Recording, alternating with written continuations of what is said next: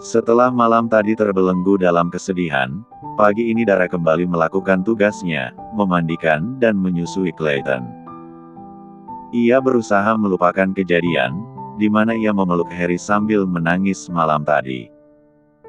Huff, semoga dia tidak membahasnya, lirihnya sambil menggeleng pelan. Dara, kamu kenapa? Tanya Ninda yang sedang merapikan pakaian Clayton. Ah, tidak apa-apa. Oh ya Nin, aku mau nyuci sebentar, jaga Clayton ya. Dara beranjak dari posisinya, setelah tadi memperhatikan Clayton yang sedang bermain di box bayi.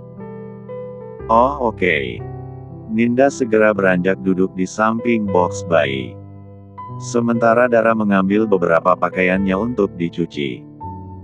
Namun, ia tiba-tiba terlihat kebingungan ketika hanya mendapati sebelah sepatunya, sementara yang lain hilang entah kemana.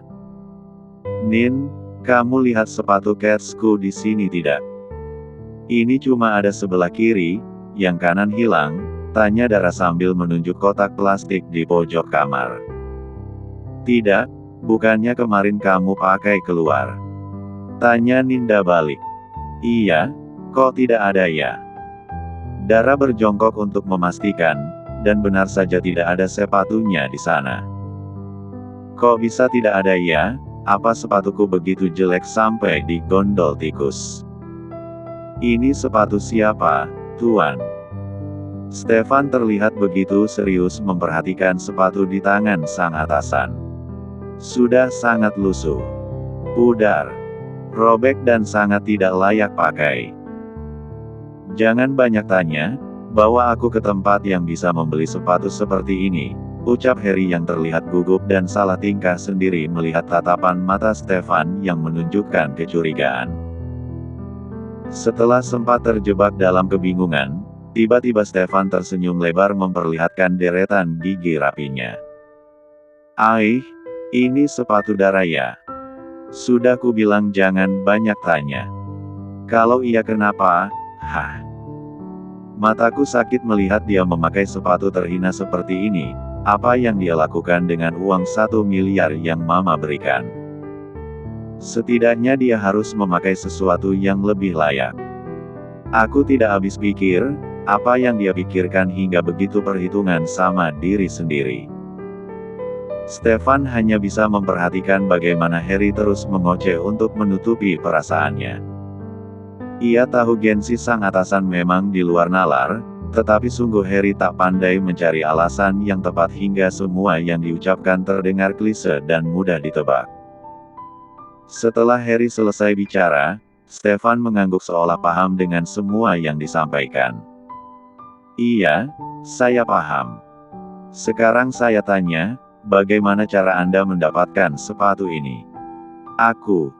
Lagi-lagi Harry terlihat salah tingkah. Ia duduk di sudut meja sambil menyeka keringat di dahinya. Aku mencuri tidak, maksudnya, aku meminjamnya sebentar. Stefan menggigit bibir bawahnya saat merasa tak kuasa menahan gelak tawa. Sudah jangan banyak tanya. Setelah dari toko sepatu, kamu temani aku ke suatu tempat, ucap Harry lalu melangkah terlebih dulu meninggalkan tempat tersebut. Bahahaha. Di saat itulah tawa Stefan pecah. Astaga, bilang suka saja susah sekali. Sudah mulai bucin jalur gengsi ini sih. Sesampainya di toko sepatu, Stefan meminta penjaga toko untuk memperlihatkan koleksi terbaru mereka bulan ini dengan ukuran yang sudah disesuaikan dengan sepatu Dara tadi. Namun, Harry terlihat bingung karena tidak tahu selera Dara yang sekarang. Ia hanya ingat Dara suka warna-warna pastel dan putih. Jadi bagaimana Tuan, mau yang mana? Tanya pelayan toko setelah beberapa saat. Saya ambil semuanya. Harry kembali bersandar dengan padangan, mengarah ke Stefan. Bayar semuanya dan kirim ke rumah, pastikan dia menerima semuanya. Stefan berkomat kamit menghitung sepatu berharga jutaan per pasang itu. Ada 20 pasang, ini Anda beli untuk dia pakai atau untuk dijual lagi? Sudah kubilang bayar saja. Harry berdiri dari posisi duduknya sambil merapikan jas. Setelah ini telepon pihak showroom, untuk mengirim mobil ke alamat yang tadi aku bilang. Lagi-lagi Stefan terperagah. Namun ia tak ingin banyak bertanya karena sebentar lagi ia akan tahu juga. Tak ingin berlama-lama, ia segera melangkah menuju kasir untuk membayar semua sepatu tadi. Tolong nanti semua sepatu ini dikirim ke mansion keluarga Mauven. Bilang saja dari penggemar rahasia Nona Dara. Baik, Tuan. Tak butuh waktu lama, sepatu-sepatu tadi mendarat di mansion keluarga Mauven. Dengan selamat tepat di hadapan Dara. Ini semua untuk saya, sudah dibayar. Tanya Dara kepada petugas keamanan yang membawa semua sepatu itu. Iya. Tadi katanya ini dari penggemar rahasia, jawab petugas keamanan itu, penuh penekanan. Cie punya penggemar rahasia, beruntung sekali. Dara, siapa sih? Iya Dara, kamu punya gebetan Sultan ya?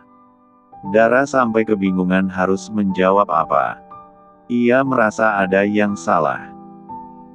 Bagaimana tidak, ia tak mengenal banyak orang di wilayah ini dan semua sepatu itu dikirim dari salah satu toko sepatu terbaik dan termahal di pusat kota.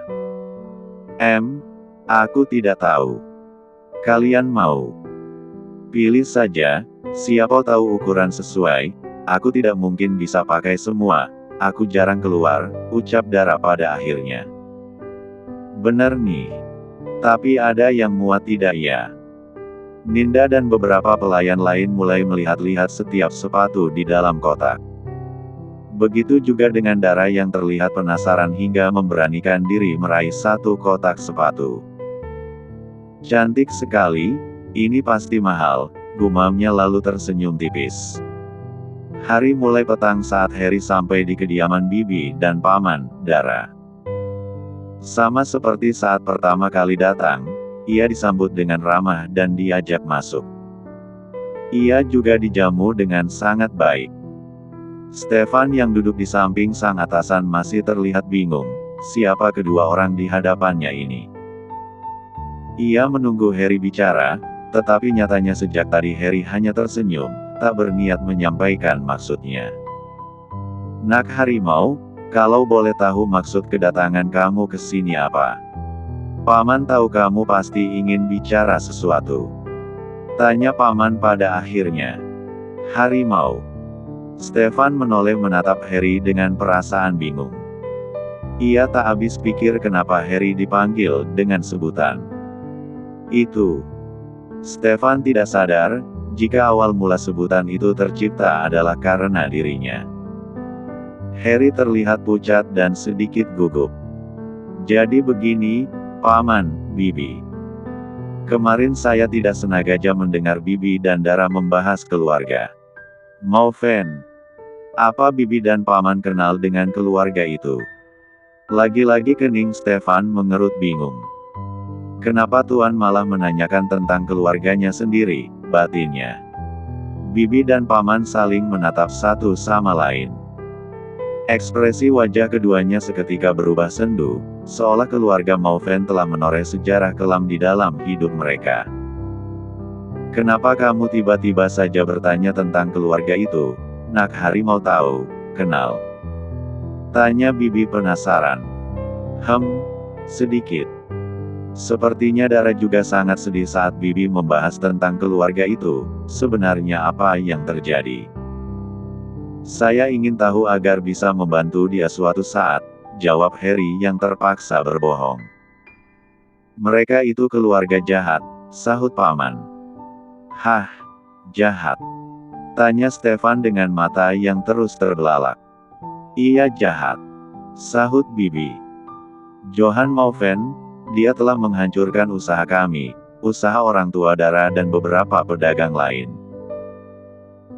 Bukan hanya itu, dia membenci Dara karena berpacaran dengan putranya, ia mendatangi rumah Dara, entah apa yang mereka lakukan hingga saat kami datang, Dara sudah terkulai lemas dengan tubuh penuh luka lebam. Ibunya yang tak berperi kemanusiaan malah lari membawa semua harta benda yang tersisa, jelas Bibi dengan suara bergetar. Malang sekali nasibnya. Paman menghembus napas berat sambil menggeleng tak habis pikir. Menurut warga setempat yang menyaksikan kejadian hari itu, Johan Mauven bukan hanya datang bersama preman, tapi ada 2 orang lain yang mengendarai mobil mewah. Sayang, saat kejadian kami tidak di sana. Jika kami bertanya, Dara pasti akan seperti orang ketakutan. Sejak saat itu kami tidak lagi membahasnya. Jadi ayah menemui dan menghancurkan hidup Dara. Lalu siapa dia orang yang dimaksud paman? Batin Harry. Kedua tangan Harry terkepal erat di bawah meja. Matanya mulai memerah saat mengetahui semua fakta yang tak pernah terbayangkan dalam benaknya. Selama ini sosok ayah yang ia kenal adalah seorang pekerja keras, jujur, penyayang. Nak, kok malah melamun? Tegur Bibi. Spontan lamunan Harry buyar seketika. Ah tidak, Bi. Huf, saya tidak menyangka hidup Dara begitu berat. Saya sangat berterima kasih karena dia sudah bersedia menjadi ibu susu Clayton. Untuk itu sebisa mungkin saya akan melindunginya. Jika nanti atau kapanpun Dara, Bibi, dan Paman butuh bantuan, jangan sungkan hubungi saya. Dengan sigap Stefan menyodorkan kartu nama Harry ke tas meja sofa. Saya juga punya hadiah kecil untuk Paman dan Bibi, ucap Harry lagi. Lagi-lagi dengan sigap Stefan menyodorkan benda kecil berbentuk persegi panjang dengan logo singa tepat di atas meja. Paman menyodongkan sedikit tubuhnya ke depan dengan mata memicing. Maaf, Nak Harimau, tapi Paman tidak merokok jadi tidak perlu korek. Harry mengerjap bingung. Maaf, Paman ini bukan korek. Stefan meraih benda kecil berukuran persegi panjang itu dan langsung ia tekan. Terdengar bunyi alarm mobil berbunyi tepat di teras rumah. Ini kunci mobil. Tuan Harry memberikan ini sebagai ucapan terima kasih. Apa? Mobil? Ucap Paman dan Bibi secara bersamaan. Sepanjang perjalanan pulang, Harry yang sedang duduk di kursi belakang mobil terus menatap keluar jendela mobil. Dadanya terasa begitu sesak hingga berkali-kali ia menghela napas. Tuan, sebenarnya apa yang terjadi? Tanya Stefan pada akhirnya. Aku melakukan kesalahan besar, Steph. Apa yang harus aku lakukan agar bisa menebus semua kesalahanku padanya? Ucap Harry yang entah kenapa merasa begitu emosional hingga kedua matanya berkaca. Stefan seolah bisa merasakan kesedihan sang atasan. Ia sebenarnya masih bingung tentang apa yang terjadi. Namun, ia sedikit memahami bahwa Harry telah salah paham kepada Dara dan saat ini rasa sesal itu mulai menyeruak. Perbaiki semuanya, Tuan. Tidak ada kata terlambat jika Anda masih menghendakinya. Berikan aku nomor ponsel Dara, ucap Harry lalu kembali bersandar dengan tatapan nanar. Baik, Tuan. Kenapa ayah bisa sejahat itu? Siapa yang memberitahu dia jika Dara adalah kekasihku? Aku masih harus mencari bukti lain. Siapa 2 orang yang dimaksud Paman? Apa dia mama atau anggota keluargaku yang lain? Ayah pasti dihasut seseorang, batin Harry. Sekitar pukul 8 malam, saat selesai makam malam, Dara berniat kembali ke kamar karena tadi ia bergantian dengan Ninda berjaga di kamar Clayton. Namun, tiba-tiba ponselnya berdering tanda panggilan masuk. Halo. Bawa handuk ke rooftop, aku sedang berenang dan lupa membawa handuk. Dara mengerut bingung, ia melihat layar ponselnya dan ternyata yang menelpon nomor baru. Ia kembali mendekatkan ponselnya ke telinga. Ini siapa? Hah, kau tidak jahat sekali tidak mengenali suaraku. Aku harimau, Tiger. Cepat kemarilah, aku tunggu. Tanpa sempat mengatakan apapun lagi, panggilan telepon itu terputus. Aish, dia benar-benar seenaknya. Ngapain juga berenang malam-malam seperti ini, tidak takut masuk angin apa? Dara melangkah sambil menghentak-hentakkan kakinya menuju ruang laundry untuk mengambil handuk. Tak berselang lama, ia akhirnya sampai di area kolam renang yang terletak di lantai 3 rooftop mansion keluarga Mauven. Sejenak Dara nampak terpana melihat kolam renang di atas ketinggian. Wah, kolam renang di atas awan itu mungkin seperti ini, ucap Dara sambil memandangi lampu-lampu bangunan di depan sana. Mana handukku? Hua. Dara terperanjat kaget saat Harry tiba-tiba saja muncul dari dalam air. Tuan, apa Anda ingin membuat saya spot jantung? Cek. Haha. Kau kaget. Dasar wanita cengeng. Dara terdiam, saat merasa ucapan Harry seperti sindiran baginya. Masalah malam tadi itu. Itu saya hanya sedang mimpi buruk. Karena tidak ada guling jadi saya memeluk Anda saja. Lagi pula Anda kenapa bisa ke kamar Clayton selarut itu? Untuk apa lagi? Tentu saja karena aku merindukan Clayton. Harry berenang ke tepi kolam, tepat di depan tempat Dara berdiri. Berikan handuknya. Tanpa pikir panjang Dara segera mengulurkan tangannya yang sedang memegang handuk. Silakan, ambil. Dengan cepat Harry mengulurkan tangan. Bukannya meraih handuk, ia malah menarik pergelangan tangan Dara hingga wanita itu jatuh ke dalam kolam. Dara terlihat kaget, berusaha mengatur napas saat tercebur ke dalam air. Sekujur tubuhnya basah. Tuan, apa-apaan sih, saya sedang tidak ingin bermain-main, ketus Dara dengan sorot mata tajam yang tertuju langsung kepada Harry. Bukannya merasa bersalah, Harry malah membawa Dara bersandar di tepi kolam, hingga tubuh mereka melekat satu sama lain, tanpa jarak. Bahkan deru napas mereka saling bertabrakan. Aku juga sedang tidak bermain-main. Dara semakin gugup dan panik. Tuan, lepaskan saya. Bagaimana jika ada yang melihat, mereka akan salah paham. Aku tidak bisa melepaskan kamu sekarang. Di dalam air kedua tangan Harry melingkar erat di pinggang ramping Dara. Tatapan penuh kebencian yang dulu selalu ia tunjukkan, kini berubah menjadi teduh. Dara pun bisa merasakan jika tatapan Harry sangat berbeda dari biasanya. Apa yang Anda inginkan? Kedua mata Harry kembali berkaca-kaca, tetapi ia mencoba untuk tersenyum meski rasa bersalah itu kembali menghujam dada. Dara, aku sangat merindukanmu. Maaf, aku terlambat datang kepadamu. Apa maksud An?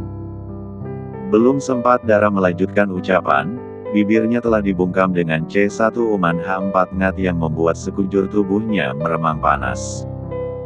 Tubuhnya melemah, ia tak berdaya. Harry menekan tekuk leher Dara untuk memep 3R dalam C1 uman. Mereka saling mer 3 sapi. Mel 1 lit hingga meng 1 git pelan. Ahek, hentikan, lirih Dara saat Harry mulai mentiga lajah bagian le 3R-nya. Jangan mencium orang sembarangan. Lupa kalau benci sama saya.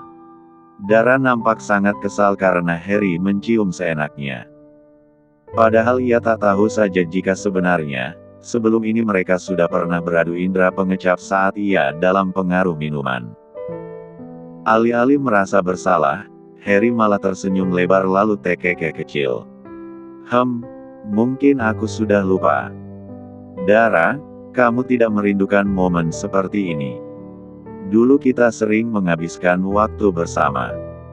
Dara terpaku saat debaran sialan itu kembali menghantam kuat. Anda benar-benar aneh. Maaf, tapi Harry yang saya kenal dulu bukan orang seperti An. Dara tak dapat melanjutkan ucapannya ketika mendengar suara pintu rooftop terbuka. Spontan ia menekan pundak Harry agar menyelam ke dalam air bersamanya. Seorang pelayan yang sedang beres-beres nampak memeriksa apakah ada orang di sana. Sepertinya Tuan Harry sudah selesai. Baiklah, waktunya kunci pintu. Pelayan tadi berbalik pergi. Ia mengunci pintu rooftop karena sudah waktunya para pelayan untuk beristirahat. Setelah merasa aman, Dara muncul ke permukaan. Tanpa buang waktu ia segera naik dan melangkah cepat menuju pintu. Ah sial, dikunci. Bagaimana ini? Ia meraih ponsel di saku celananya, dan tentu saja ponsel butut itu sudah rusak karena terkena air. Di tengah kepanikannya, Harry masih terlihat santai-santai, berenang ke sana kemari tanpa rasa bersalah karena telah menjebak Dara bersamanya di sini. Dengan raut wajah kesal, Dara kembali ke tepi kolam renang. Hei, Tuan Harimau jelek. Gara-gara Anda kita terjebak di sini. Ponsel saya juga rusak. Kenapa Anda tenang sekali sih? Hello, dengar tidak? Harry segera menepi lalu segera naik. Ia meraih handuk yang teronggok di tepi kolam, lalu mendekati Dara yang saat ini basah kuyup karena ulahnya. Sejak kapan kamu secerewet ini? Lembutlah sedikit, seekor harimau pun akan jinak jika tuannya baik. Dara berdecak dan tiba-tiba terdiam saat Harry mengusap pelan kepalanya dengan handuk. Ia semakin bingung dengan sikap pria yang baru beberapa waktu lalu mengatainya wanita jahat. Apa yang terjadi kepadanya? Aku merasa kembali berhadapan dengan orang yang sangat mencintaiku 12 tahun lalu. Stop Dara. Jangan terbuai, kamu akan menjadi wanita paling bodoh saat dengan sengaja jatuh ke lubang yang sama untuk kedua kalinya. Kalian tidak sepadan, itu sudah hukum alam batin Dara, dengan tatapan yang terus mengarah kepada Harry.